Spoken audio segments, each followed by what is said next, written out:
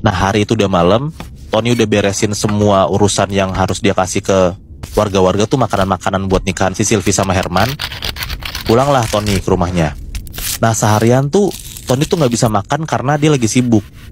Nah dia kan juga dapat tuh hajatan dari Sylvie kan, makanan gitu. Pas sampai rumah, Tony langsung bukalah beseknya. Dia ngeliat tuh kayak makanannya enak banget, ada ayam, ada segala macam gitulah. Nah pas lagi makan, dia sadar kayak pas dia mau makan di awal tuh dia belum baca doa. Nah mumpung dia inget, ya udahlah dia baca doa dulu, baru lanjut tuh makan lagi. Tapi anehnya Bihnat, abis baca doa, dia tuh ngeliat makanannya tuh kayak udah berubah gitu loh, dan rasanya nggak enak. Dia ngeliat daging ayam yang dia makan enak banget itu berubah jadi kayak daging ayam mentah, banyak banget darahnya. Terus lauk-lauknya tuh berubah jadi kayak bunga melati, ada kayak tanah kotor, ada cacingnya gitu loh. Aduh. Ya Tony kaget lah. Dia langsung lempar tuh makanannya ke lantai. Terus pas dia ngelempar makanannya ke lantai, tiba-tiba dia dengar ada suara kayak gini nih. Kok dibuang pak? Itu makanan saya. Nah padahal di rumah Tony tuh gak ada siapa-siapa, Tony doang gitu. Kaget lah dia. Dia ngeliat ke depan, ke arah sumber suara itu ya. Pas dia ngeliat, ternyata dari jarak 3 meteran ada cewek lagi berdiri tapi ngebelakangin Tony. Pelan-pelan tangannya si cewek itu ditaruh ke belakang kepalanya, terus kayak nyibak rambutnya biar jadi belah tengah gitu loh. Kebayangan loh. Tapi dia munggungin Tony nih.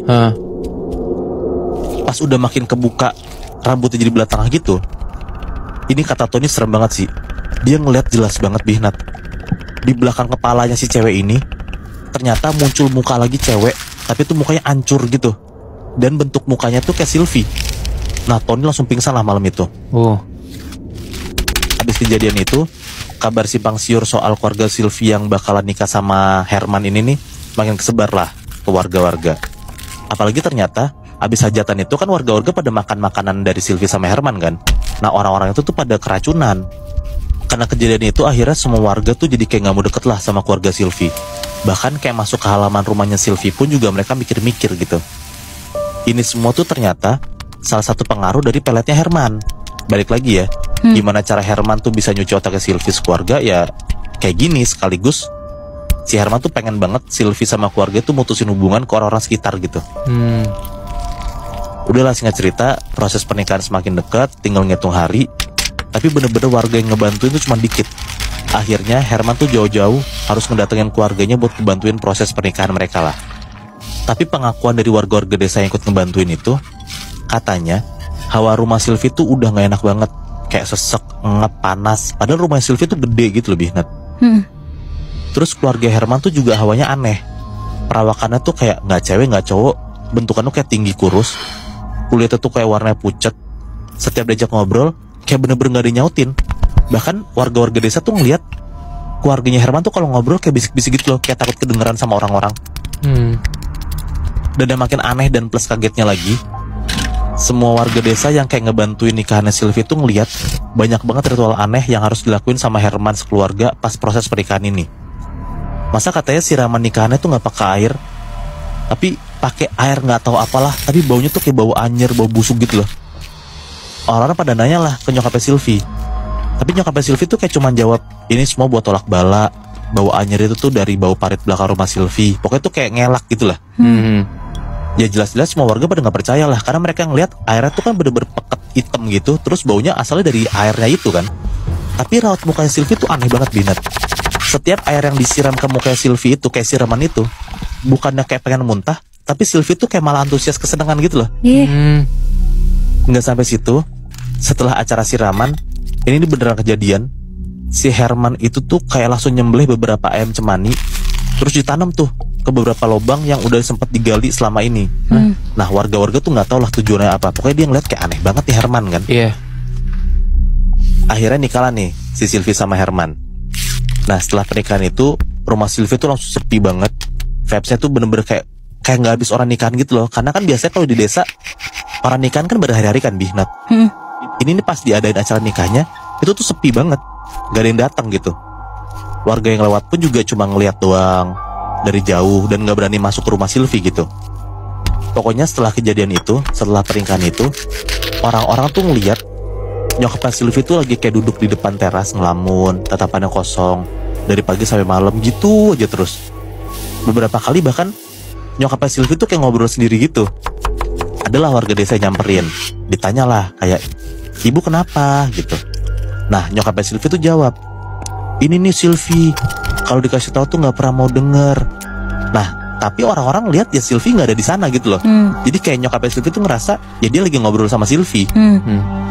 Tadi kan gue bilang si Sylvie ini kan orang kaya kan. Nah dia tuh punya pembantu lah di rumahnya. Pembantu Sylvie tuh juga pernah nanya lah ke nyokapnya Sylvie, kayak Sylvie tuh di mana? Kok udah nggak pernah kelihatan?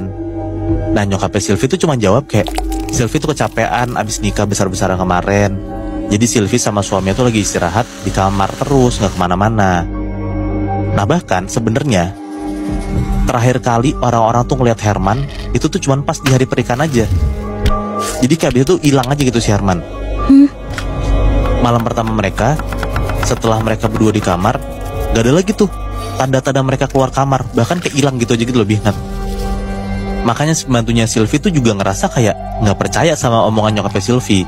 Karena selain ngerasa janggal sama sosok Herman juga gitu, si pembantunya Sylvie tuh juga dapat laporan dari banyak warga kalau setiap malam banyak yang sering ketemu sama Sylvie. Dia tuh lagi jalan sendirian tanpa arah gitu. Kayak jalan aneh kayak orang linglung gitu lebih.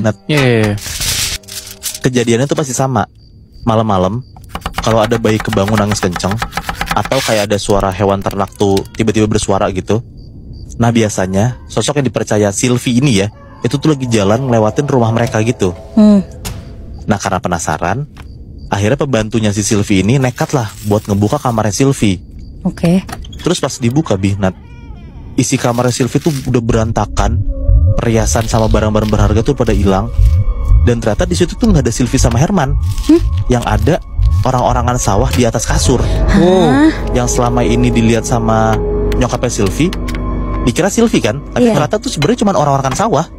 Wah gila. Terus tiba-tiba nyokapnya Sylvie tuh langsung marah lah ke pembantunya. Dia bilang kayak, nggak sopan buka-buka kamar anak saya gitu. Tapi pas nyokapnya ngeliat kondisi kamarnya, tiba-tiba nyokapnya Sylvie tuh jadi kayak sadar gitu loh akan sesuatu. Dia nih kayak nyariin Sylvie di mana. Nyokapnya tuh bener-bener nangis lah nyariin Sylvie hilang. Terus barang-barang berharga juga pada hilang.